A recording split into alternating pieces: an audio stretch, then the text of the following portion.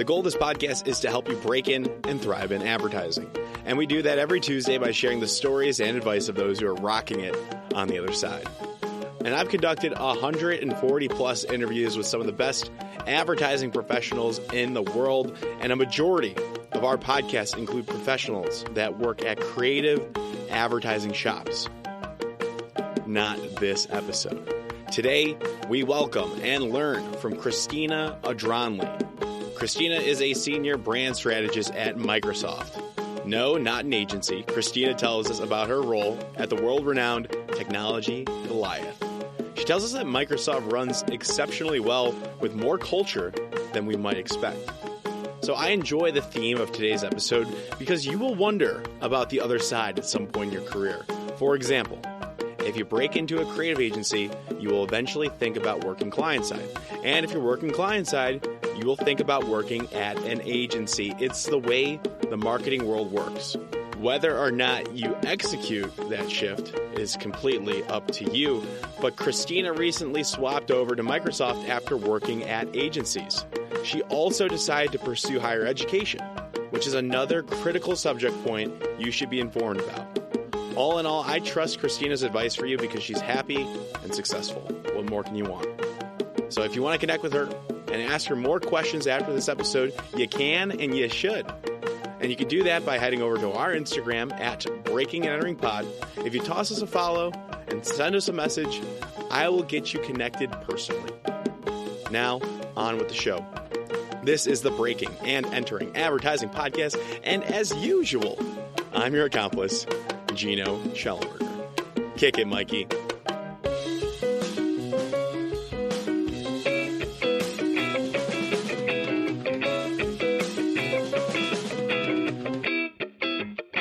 All right, Christina Adranly, welcome to the Breaking and Entering Advertising Podcast. How are you doing today? Thanks so much for coming on. There's sun out your window right now. I don't know if people can see this because there's a podcast. They're listening, but there's sun coming out your window.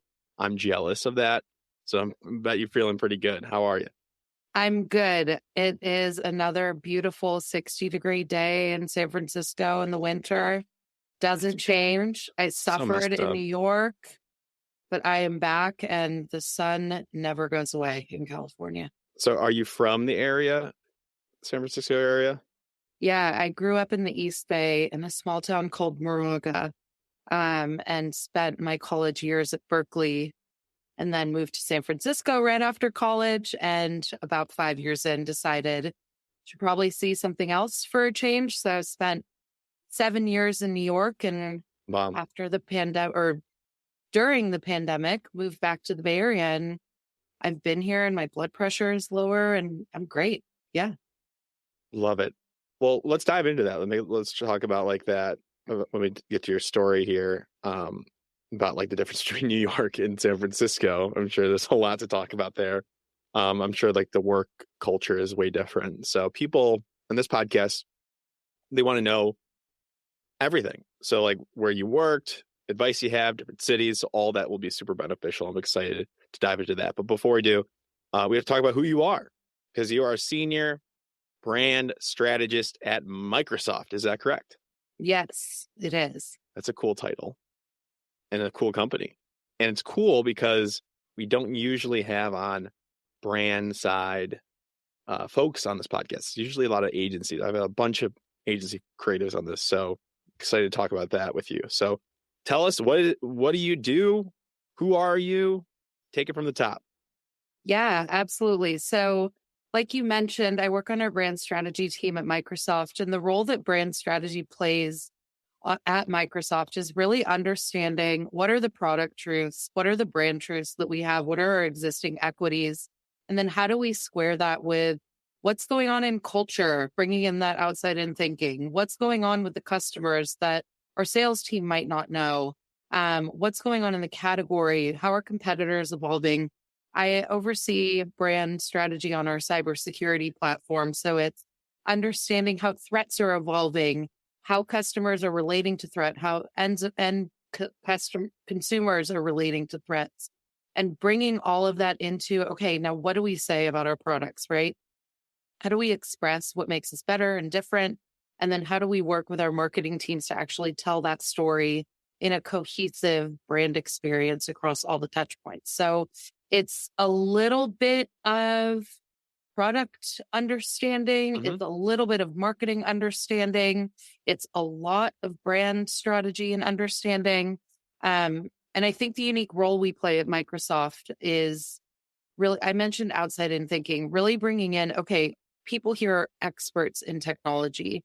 Um, Yeah. we have founders of all different tools here, but how do we think about the cultural context and what makes our brand relevant and loved out in the world? So it's a really fun job, a really exciting job. The category of cybersecurity, I didn't think that I would be as interested in as I am. Diving into it has been so challenging, rewarding. I'm a big fan of spy novels and true crime. And personally, it's very interesting and just Okay. a great company to be at. Okay. Lots to talk about. So what is cybersecurity? What do I need to be worried about my cybersecurity? What can I be doing better? Yeah. I have the same password for everything. So I used to have the same password for everything until I learned more about how threats are evolving. Actually, the biggest I thing don't we're want to know. seeing, I'm I scared. mean, but I Ignorance think is bliss. that's what we see sometimes on the consumer side, especially is there's a trade-off between efficiency and speed and protection. And each person weighs that risk in their own way. Some prefer speed, some prefer protection. And you see these wild variations of passwords and password keepers. But we're trying to make it so that you don't have to worry about it. Okay, good, because I worry about it and I put it off. There's got to be just like scan my eyeball and I can log into Well, stuff. so here's the risk though. If someone steals your password, whatever it is, password 123, that's a Of string course, of letters and numbers. If they steal your eyeballs, you can't really replace them. And so my I think, eyeballs. well, in theory, you could. Somebody's gonna rip them out.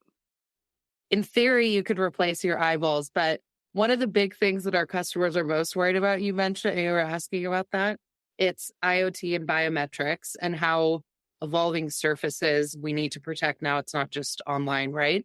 And the other thing is actually risk of internal sharing of data. So we're working on a lot, or we've launched a number of new features and functionality on insider risk. So people sending out files they shouldn't. There are systems in place to Yeah, make sure that doesn't happen. That's one of the newer areas we're innovating interesting. in. Yeah, I do some messed up stuff. I'm like, yeah, like I'm pretty risky. Like I send stuff out and I'm pretty trustworthy, and that's probably my biggest flaw. So I probably need some lessons there. So communicating to me then, if I'm the consumer, like how does this process work? Because you've worked agency and agency jobs a lot in your career. So I'm trying to get an understanding now, like how does this evolve from your side of things? Like getting a message across. Are you working internally? Are you coming up with the briefs? Do you have an internal agency? How do you send messages out to Gino and the Genos out there that need better cybersecurity lessons? Do you have agencies? What's the general process of this? Yeah. So to clarify, if you were a security decision maker, you are who I would be targeting. Okay, got it. Yeah. I don't think I'm that. Not yet. Not yet. It's Yeah, still early. yeah. Um, so we work with a number of agencies on a lot more of, like I mentioned, kind of looking into the future and seeing how culture and society evolves and how people will relate not just to security, but modern work and AI, for example. We work with a number of agencies on more advanced semiotics and 10-year out predictions Okay. to then say, okay, if this is what the world is going to look like in 10 years, how do we as Microsoft fit into that? Where can How we do they play? know? How do they know? So, You guys should know. You guys are smarter than probably, right? well, we have, I would say, a different skill set. So, my team on the brand strategy team is actually a number of ex agency people. Right. And I'm seeing more ex agency people at Microsoft, which I think is interesting. Okay. Um, so the teams that we work with look at things like um, what academia is saying, what Mhm. signals they're seeing on social media, how people are taught. They do advanced kind of qualitative studies Okay. and bring it's about so people who have PhDs. It's way smarter than me. Got it. Um, put together this research and then help us figure out what we should do from a brand perspective. But like I mentioned, a lot of our team are ex inner brand, ex character. I come from the agency side, ex Siegel and Gale. And so we almost function as an internal agency in a Right. number of ways. Um, and what I mean by that is we're consulting our product marketing managers on how to approach a problem from a brand standpoint and lending that brand strategy lens to um, the product truths they're trying to communicate, right? And helping them not just sell today, but also build equity for tomorrow.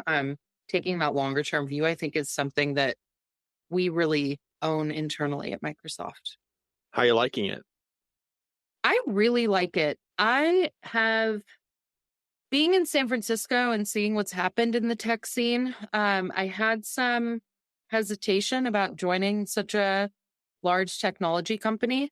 Um, Right. Culturally, I would say, and professionally. Um, I think that, and I've studied Microsoft from a strategic perspective, and I've always respected how well run it is and the decisions leadership makes and where investments are put, just from a Yeah. pure business standpoint. I had no idea, and I think we need to do a better job of this. I had no idea how rich of a culture Microsoft has and how proud people are to be here and how collaborative it is. Oh, And nice. people are nice, and it actually does move pretty fast, which I was bracing myself for coming from an agency. But I've found a team and a sector and a role I think that gives me kind of as much breadth as I'm used to, but also some of the speed that I'm used to as well. Got it. That's interesting. I think, and I've never even explored, or I don't really have too many conversations with people from large tech companies like this. So I would imagine the sector you're in and the team broken in within that sector, there's probably multiple teams. I think you probably would have to feel that out and kind of view it at that level because that's probably who you're operating with the most is your internal team. Is that accurate? I mean, is that what you look Yeah. for? Like, because when you were interviewing or they were recruiting you, however that process was, I'm sure that smaller team or maybe large team was super important in your decision making process. Yeah, it definitely was. And what I would say is as I was starting to look, excuse me, at in-house roles, what I was starting to look at, I didn't know how to translate my experience from the agency side. A strategist role on the agency side in typical marketing organizations is a much different thing. And so I Yeah, did a lot of networking, a lot of talking to people. And what I realized is the people who come from an agency background and have more of the brand or planning or um, even innovation roles, I didn't know that product marketing was essentially the exact same, where you're working with the product management team to understand customer needs and inform a roadmap. sure. You are owning the brand and what the positioning is and what messaging looks like. And then you're working with the integrated marketing teams to actually go to market. Um, I remember hearing that from a friend of mine who works at Stripe. And I was like, oh, that's what I've been doing the Hmm. entire time. And the way For that multiple brands. right, exactly. That's exactly how I articulated my value. And what I found is in product marketing roles, it took some time to speak the same language and for myself to calibrate the way that I represented my experience to them because they traditionally look at other tech companies for product marketers and the language is the same. But that's exactly what I did. I was kind of like, I've done everything this job does across sectors, across sizes of clients, Hmm. and I can bring those learnings of kind of the full spectrum into this role. And I think for me, what really drove the decision to go in house was a little bit of dissatisfaction with not seeing how things turn out. There are clients that I've stayed in touch with, but I would work on things for 6 weeks or 3 months or whatever and send the deck and do the presentation, and that would be it. But here it's really, you have to live with the decisions you make because you're owning so much of the life cycle of what you're working on. Right. Exactly. Yeah. Like an agency world, there's so many decision-making factors and like different stages of which an idea can get killed. Even internally, there's so many, and then let alone when it gets to the client, they can just say, no, we don't like it or make a change. And it could be completely different. Mhm. So we see that a lot. And that's something that we kind of have to live with and kind of accept. But yeah, I get it comes from dissatisfaction. You probably Yeah. wanted something different. I also have a new appreciation for my clients when I was at agencies because Makes there's sense. so much socialization that has to happen. There are so many people that need to see and touch things. It makes me understand better. I wish I would have worked in-house before I worked at agencies in a way. Interesting. So I knew the right way to frame an argument, or I knew the right way to support my clients in selling something in or whatever it was. Do people do that? I don't think I mean, I should probably know this. I've done over 100 of these. I don't really see a lot of people going from brand side first to agencies. It's not very common. Usually the other way No, around. I haven't seen that either. And I think it's the healthy tension to have, right?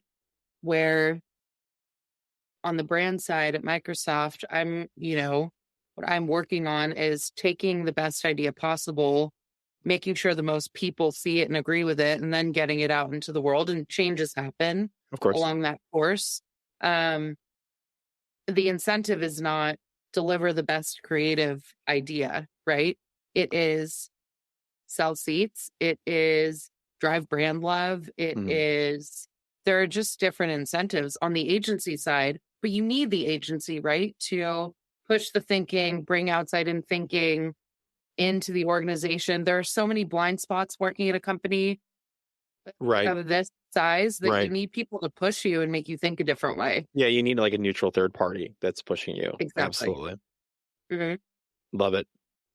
Yeah, I think we can just now go to like how you got involved in all of this. Like, let's kick it back. What was the point of your life when you said, I want to do this advertising stuff for a living? It's actually really funny you ask that because I'm the first person in my family born in the US. And it was always like, you're going to be a doctor, you're going to be a lawyer, these titles that you hear, right? Where's your I family was, from? my family's from the Middle East. Gotcha. Yeah. Okay. Uh, Um, and my mom's an engineer and my dad was a cabinet maker in the union. Nobody really worked in a creative field. Um, and I always gravitated towards creativity when I was a kid. I loved doing crafts. I did an internship when I studied abroad on um, the media narrative around the Olympics and what it said about the country's brand, essentially. So I'd always been circling it, but I didn't really know how to articulate it. Um, and then when I graduated college, I started a job at Momentum Worldwide. Our client was Coca-Cola, Hmm. and I was driving 16-foot U-Haul truck with 2 tons of Coke Zero in the back, That's doing awesome. sampling of it. It was a great post-college first job.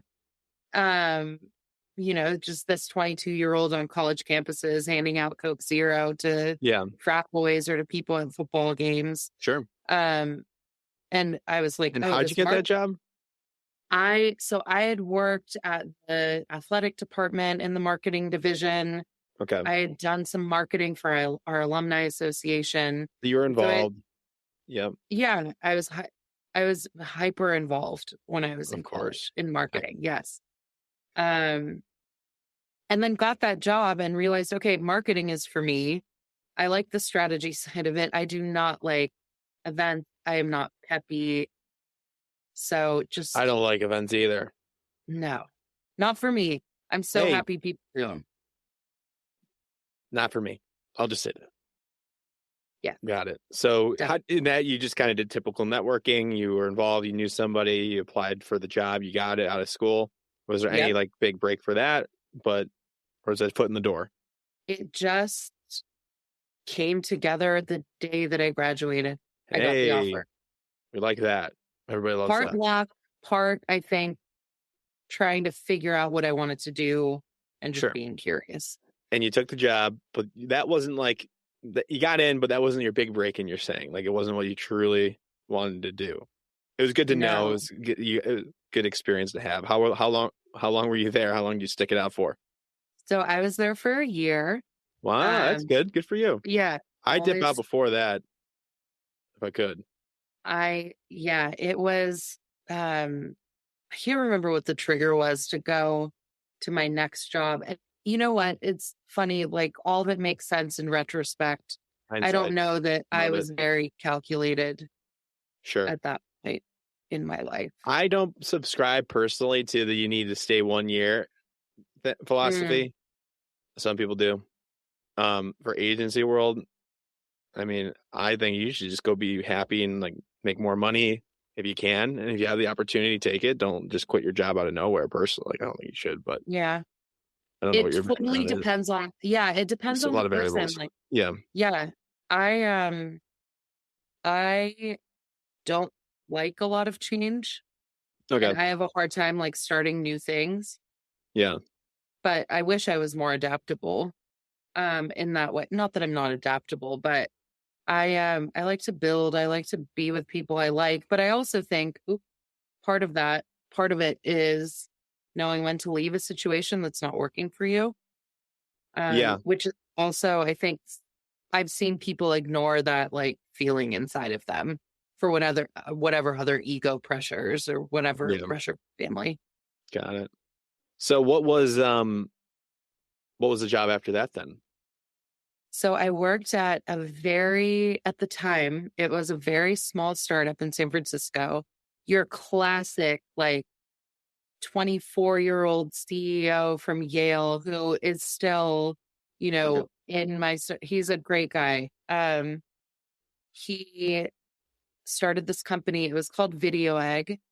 It became Say Media, rebranded into Say Media, and we were doing digital advertising based on a cost per engagement model. So the thesis of the company was impressions aren't enough. You need to measure engagement. And this was in 2009,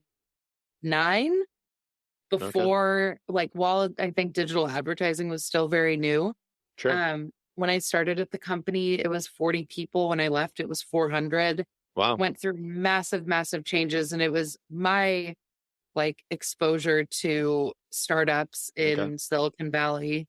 And I loved it. I met so many people, the people that I'm still in touch with, a ton of the people that I worked with. And I think it was a good early lesson to be good to people and that your network follows you and it Yeah. will never not follow you. I was 23 living in San Francisco, hanging out with my friends. I wasn't the most responsible person, but I'm glad the one thing I did right was like not mess up a reputation at work because this man got me my job at IPG Media Lab.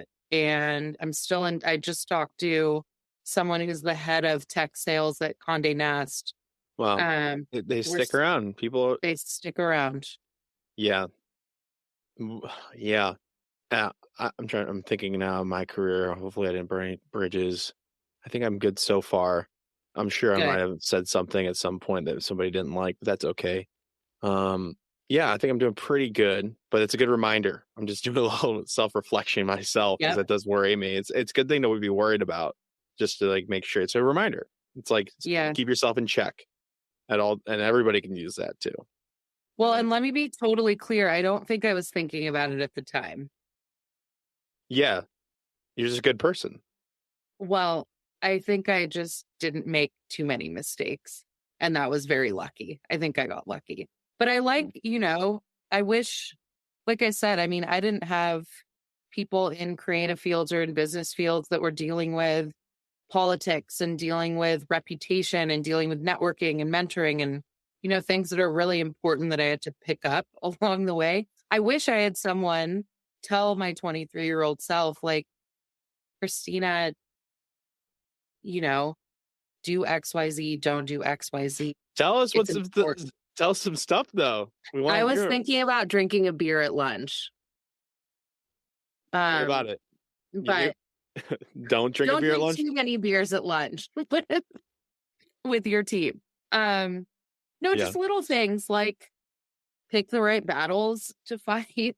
Don't Mhm. let your hubris and ego, like, there are people that know more than you, and like Yeah. you should take in other people's perspectives. So I Yeah. felt like, you come out and you have a lot to say and you have a lot of perspective. And I sometimes felt like I had a little chip on my shoulder where I was like, hey, I know I'm young, but I have some stuff to say. But I Yeah. think there's a lot to humility and learning. There's, I have nothing to say. I'm the opposite. I don't have to worry about I don't get angry. I'm like, all right, I'll go with the flow.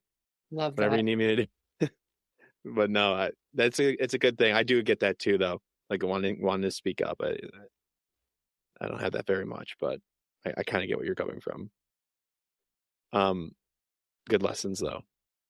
All right. So then, what else? What else? What high points in your career then? What are the high points in your career? Learning lessons that you want to go through. Like what was like that more standard traditional agency experience? Like when did you break into that?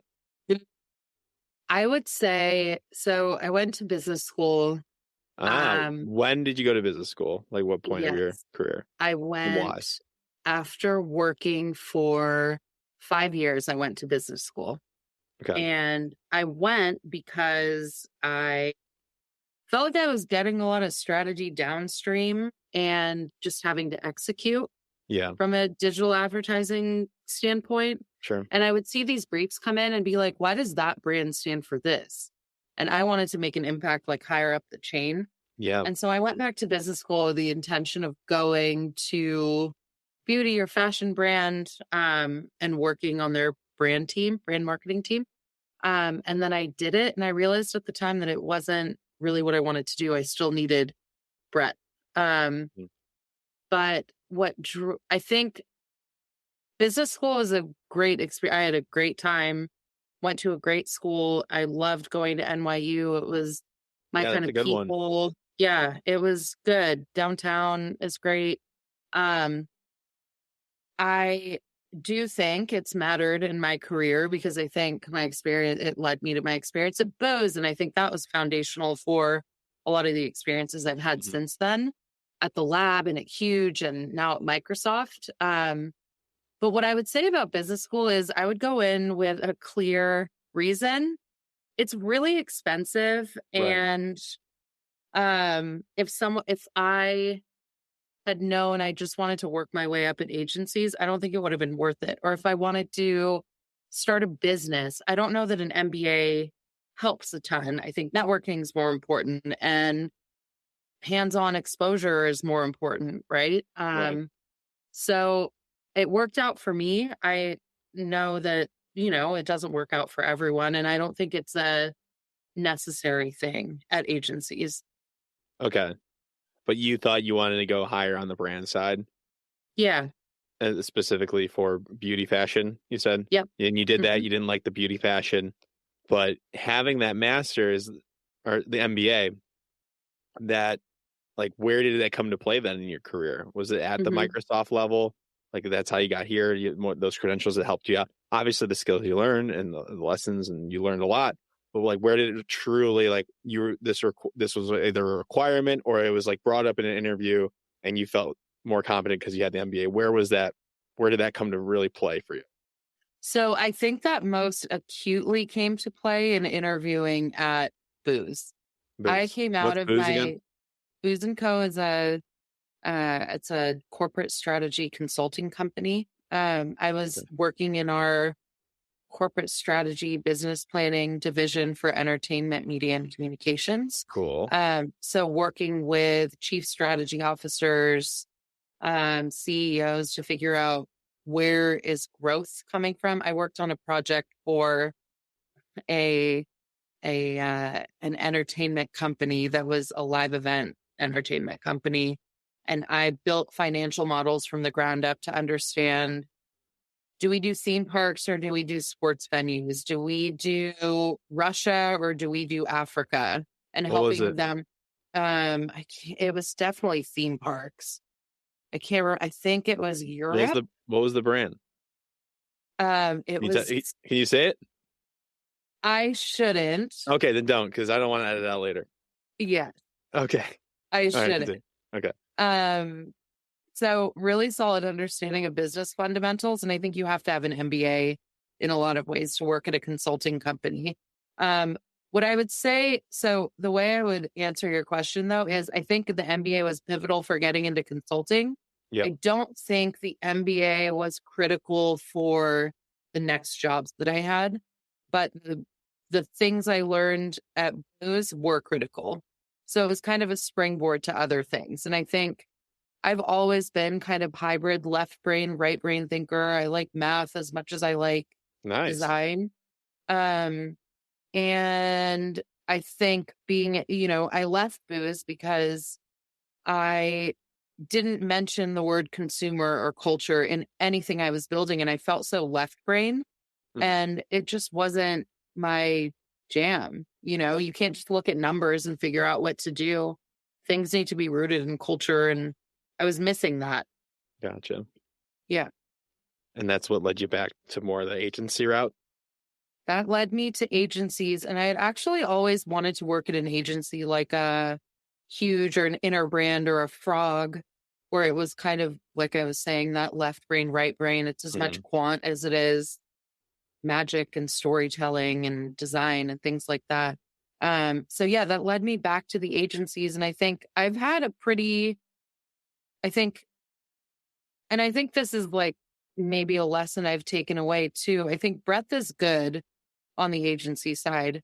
I probably didn't know what I wanted to do until 10 years into my career, probably. And Okay. I think the way that I started just getting there was like getting a bunch of different experiences, working at a consulting company, working on the agency side in media, doing emerging tech, writing a lot, worked at a design agency. And through those different experiences, you figure out what you like and what you don't like. And I'm glad I didn't focus too much to start with. That's great advice. So what do you want to do then? You said it took you 10 years. Like, what is that? I'm really happy where I am. This is kind of what I wanted to do, is build something over time, right? Like I was saying, you get so many different experiences ad hoc at an agency. And I want to launch something from like conception to brand to actually getting it out and launching it in the market. And you're not starting your own company on the side? It seems like you'd be perfect fit for that. Not an entrepreneur at all. Got any projects in the mix? Don't care. I care a lot. I'm very risk averse. And I also think it's interesting that you bring that up. One of the things I didn't like working at L'Oreal, one of the things I didn't like about working at L'Oreal was beauty is my hobby. And when you work in your hobby, I had a really hard time with that because it took away the joy of it. Okay. It was great to, I had 40 different shampoos in my shower. That was awesome. It was very cool. But it took away from like the joy and the love of it for me. Yeah, it's that classic, you don't want to work at your ice cream shop, you'll hate ice cream or whatever. Right. Yeah. Do what you're good at. And I've just like figured out what I'm good at and I just do more of that. I did not ever think I would like B2B software marketing, but I like the mental challenge of it because you're taking something super complex, making it simple, adding storytelling to it, but you have to be direct. And I just, as a mental exercise, I really like that. Yeah, you said you've always been hybrid. It seems like that's the perfect hybrid role for between brain sides. Yeah. Cool. Amazing. Well, was there any other final piece of advice you want to get out to the audience here now? I know we kind of strung along a part of the episode as the episode was going on. But as you were coming on, is there anything down? Is there anything else you final send offs you want to get to the people Yeah, listening? definitely. I think that I touched on this a little bit earlier, but there's no secret weapon other than time, practice, working hard, and just being a good partner and a good collaborator. Good person. I feel just be a good person. Yeah. And that can take many forms based on your personality. But I was just having a conversation with these two younger colleagues at Microsoft who are just starting out in their career. And there were questions about, well, how do you play the game? How do you network? How do you meet the right people? How do you play politics? And I was kind of like, you know what?